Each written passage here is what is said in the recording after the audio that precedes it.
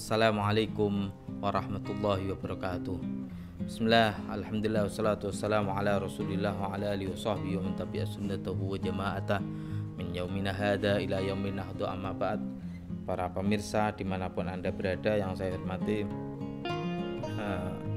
pada sore hari ini saya temani kembali ngaji bareng Ma'arif Kitab Adabul Alim wal Muta'allim.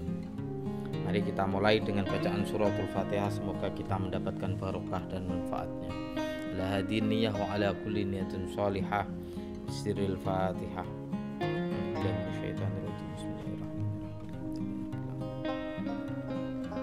Iyyaka na'budu wa iyyaka nasta'in. Ihdinas siratal mustaqim. Siratal ladzina an'amta 'alaihim ghairil maghdubi 'alaihim waladdallin. Bismillahirrahmanirrahim. Qala al-muallif rahimahullahu ta'ala wa nafa'ana bihi wa bi ulumi fid dharain amin. Ngaji kita kitab Adabul Muta'allim sampai pada keterangan al-alim, ya adabul alim fi haqqi nafsihi, masih menjelaskan terkait dengan adabnya seorang alim pada dirinya sendiri. Yang adabnya disebutkan oleh Mbah Hasyim ada 20.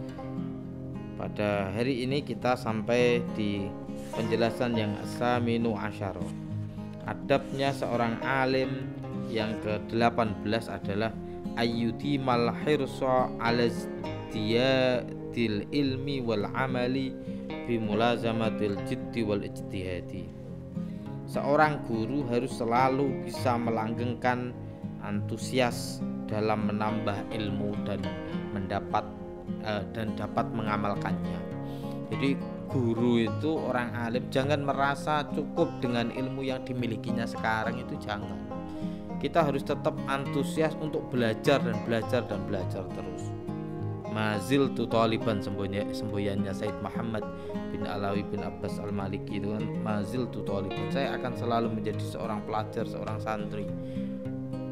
Maknanya apa? Masih selalu merasa ingin belajar, merasa ilmunya itu masih kurang dan terus akan belajar nambah ilmu itu.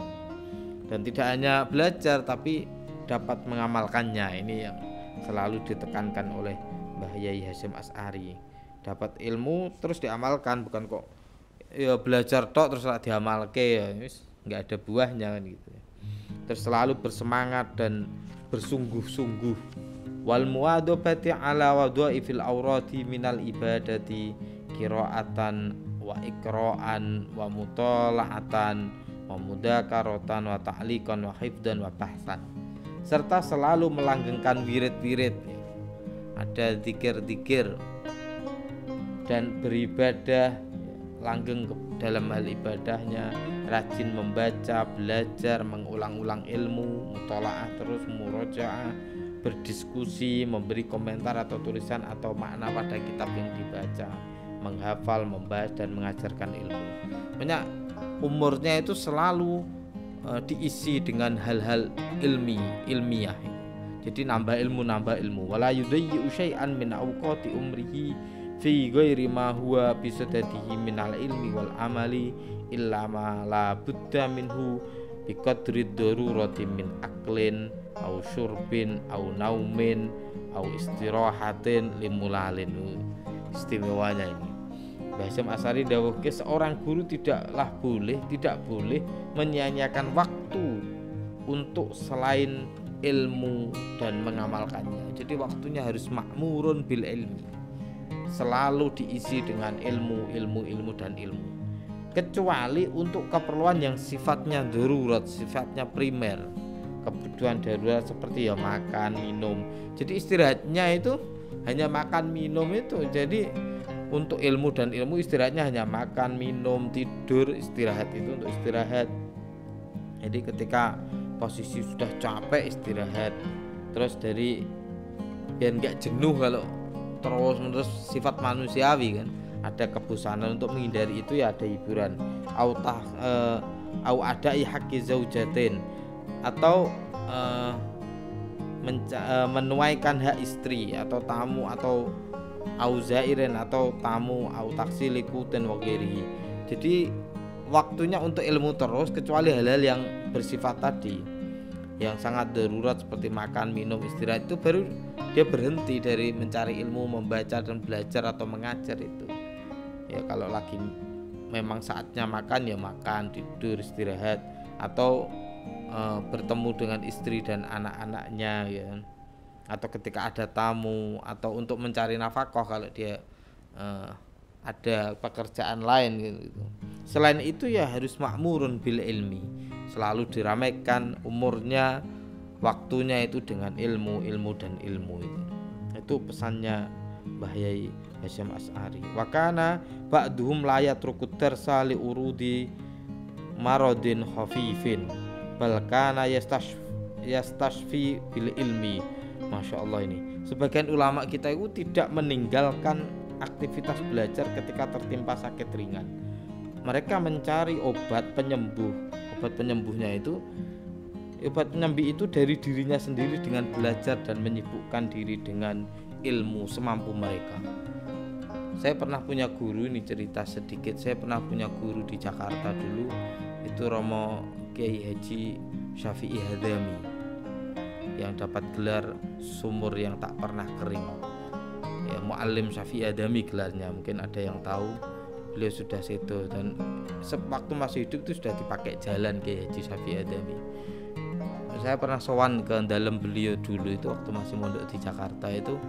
Beliau itu keadaan sakit di ruang tamu itu, tiduran di ranjang itu, di kasur itu.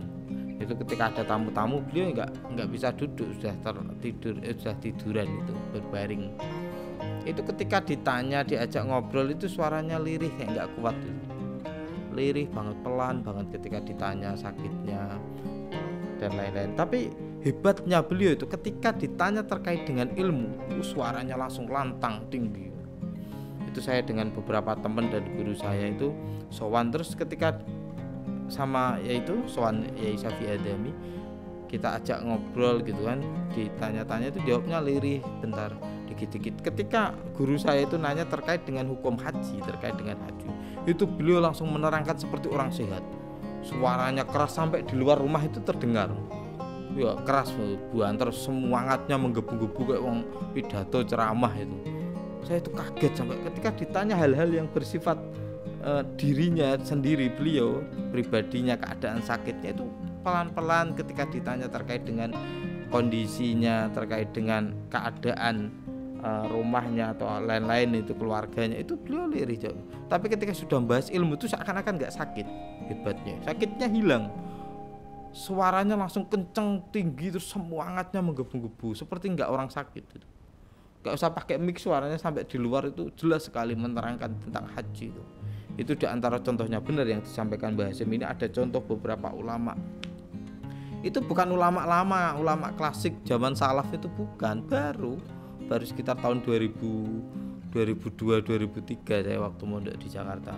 Itu hebatnya ulama-ulama kita. Yang kemarin saya terangkan juga, saya punya guru itu di Jekulo, Mbah Basir itu baru datang dari haji langsung ngaji kan. Dari umroh, baru datang dari umroh pas bulan Ramadan.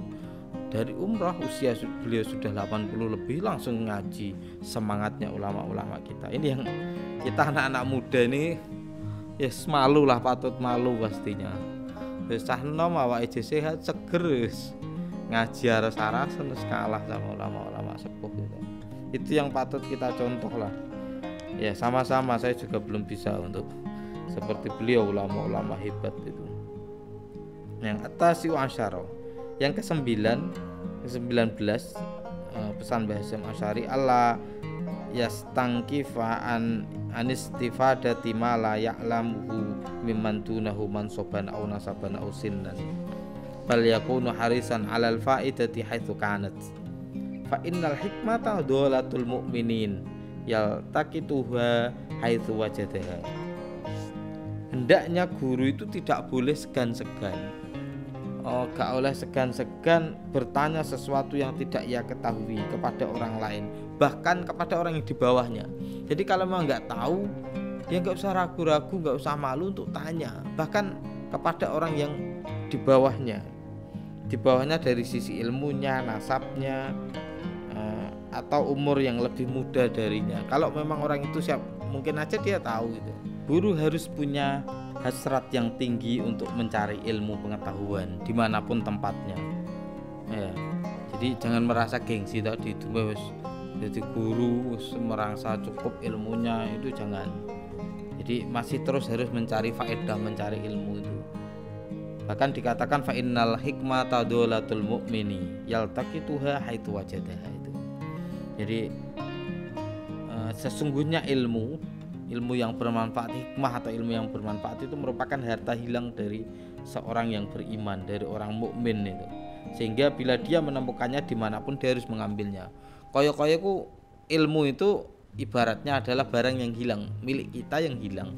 Kalau ketemu ya kita ambil karena itu milik kita. Dimanapun tempatnya harus kita ambil segera karena itu milik kita.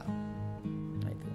Yang ke-20 wal isruna, yang ke-20 adabnya alim ini ayyashtagila bitasnifi wal jam'i wat ta'lifi in kana ahlan lidzalika. Ini guru hendaknya pandai mengarang kitab, meringkas dan menyusun karangan. Jika dia mampu melakukannya, ya tetap ini dorongan bagi kita untuk, ya kalau ulama-ulama dulu yang ngarang kitab lah, ngarang kitab, nulis buku, nah itu diusahakan itu. Sama ini juga lagi latihan juga ya, latihan nulis kitab gitu. Alhamdulillah ya. Saya nulis kitab, nulis buku itu sebagai guru, sebagai ulama, kiai itu ya harus bisa itu. Ya sambil belajar lah, sambil belajar. Demikian dari saya. Apabila ada kekhilafan, kekurangan, mohon maaf sebesar-besarnya. Semoga ada barokah manfaatnya. Akhirul kalam, Allahul muwaffiq ila aqwamit thoriq. Assalamualaikum warahmatullahi wabarakatuh.